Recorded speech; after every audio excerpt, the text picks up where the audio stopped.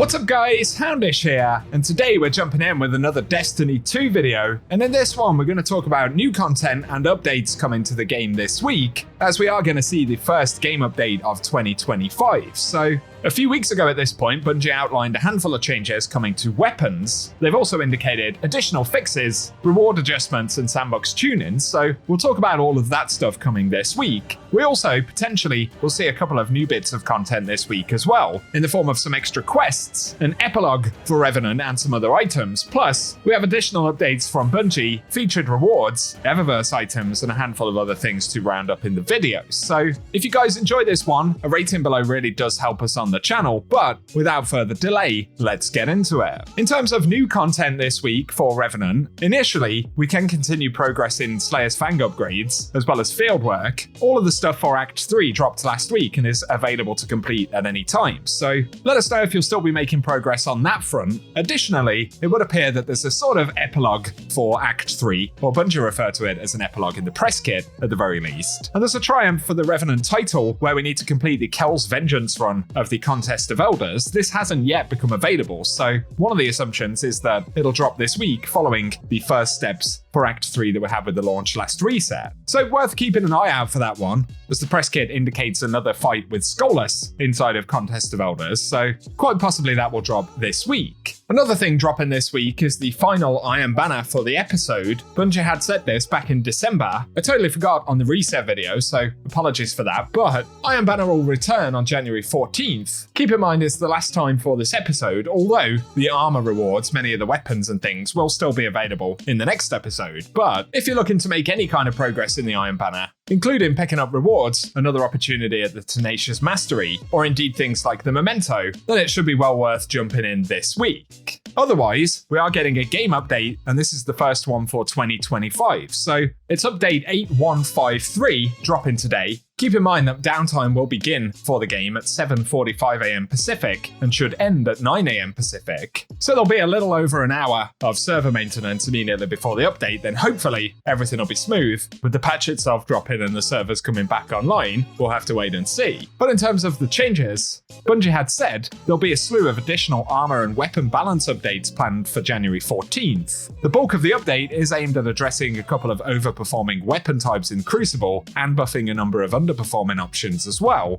On top of that though, Bungie had said they were targeting a fix for issues impacting the Hunter's Tether in Vesper's Host for mid-January, so presumably that will come with this update, as well as additional fixes for bugs with exotics, like the solar issue with Mantle of Battle Harmony. So I'll keep you posted with full patch notes for those once we get them. Although an addition that they did reveal just yesterday is that with the update this week, they're implementing a fix to address the issues that are causing guitar error codes across the Pale Heart, Neomuna, and Dreaming City. So while guitar errors can occur due to different root causes, we are hoping that this will resolve many of the errors that players are seeing, and we'll continue to monitor the issue after the update. So these error codes have been going on for quite some time. Obviously, as they say, these errors can be caused by network problems on our end, but in recent times, the vast majority of them on the destinations have been because of a bug in the game, so hopefully this will be a significant improvement, as having whole destinations, including the newest one from the expansion this year, or last year, the last expansion, it really isn't ideal to have so many issues, so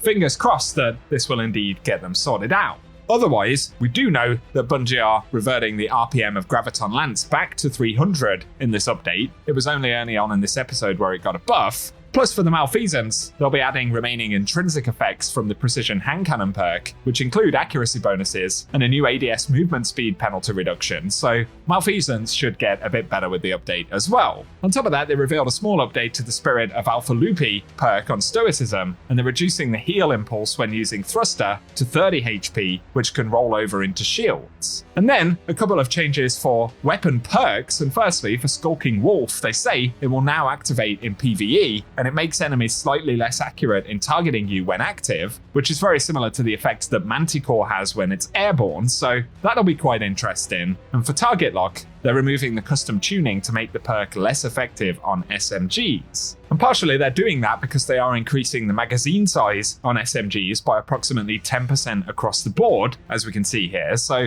that will affect all content in the game. They're also buffing heavy burst sidearms slightly. This will affect PvP primarily, but they're increasing body shot damage from 30 to 33 and crit damage from 48 to 52.8.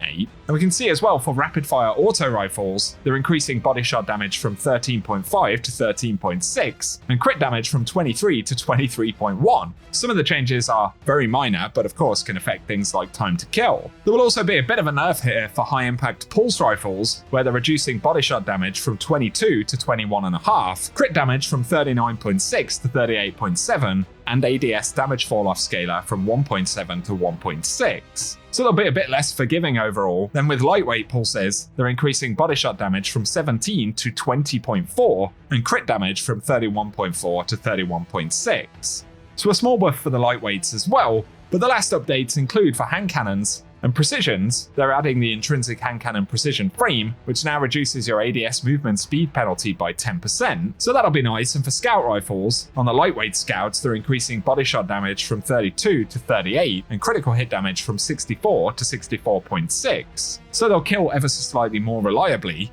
And finally, for snipers, they're reducing the camera roll component of flinch against players by 20%, which will be nice. And for Whisper of the Worm in particular, that effect is increased to 50%. So those are the known weapon changes ahead of the update, but once again, we should see a handful of additional fixes. And no doubt there'll be some more notes which I'll keep you posted on exactly at the weekly reset. Back to content for a moment right here though, and for the Eververse store, I'll have a quick preview of the highlights for this week according to the rotation, at least. And firstly, we should see the opalized nobility ornament for the Rat King. This was dropped last episode and was a silver exclusive thing, but it should be available for 1250 Bright Dust this week. This rotation does have the potential to change, but very rarely does, so we're very likely to see these ones drop. We should also see the Archangel Shell exotic ghost this week as well, of course with the Warmind theme, and that will be up for 2850 Bright Dust. Then we'll get the Mud-Caked Monstrosity exotic sparrow, which dropped back in the 30th anniversary, I believe.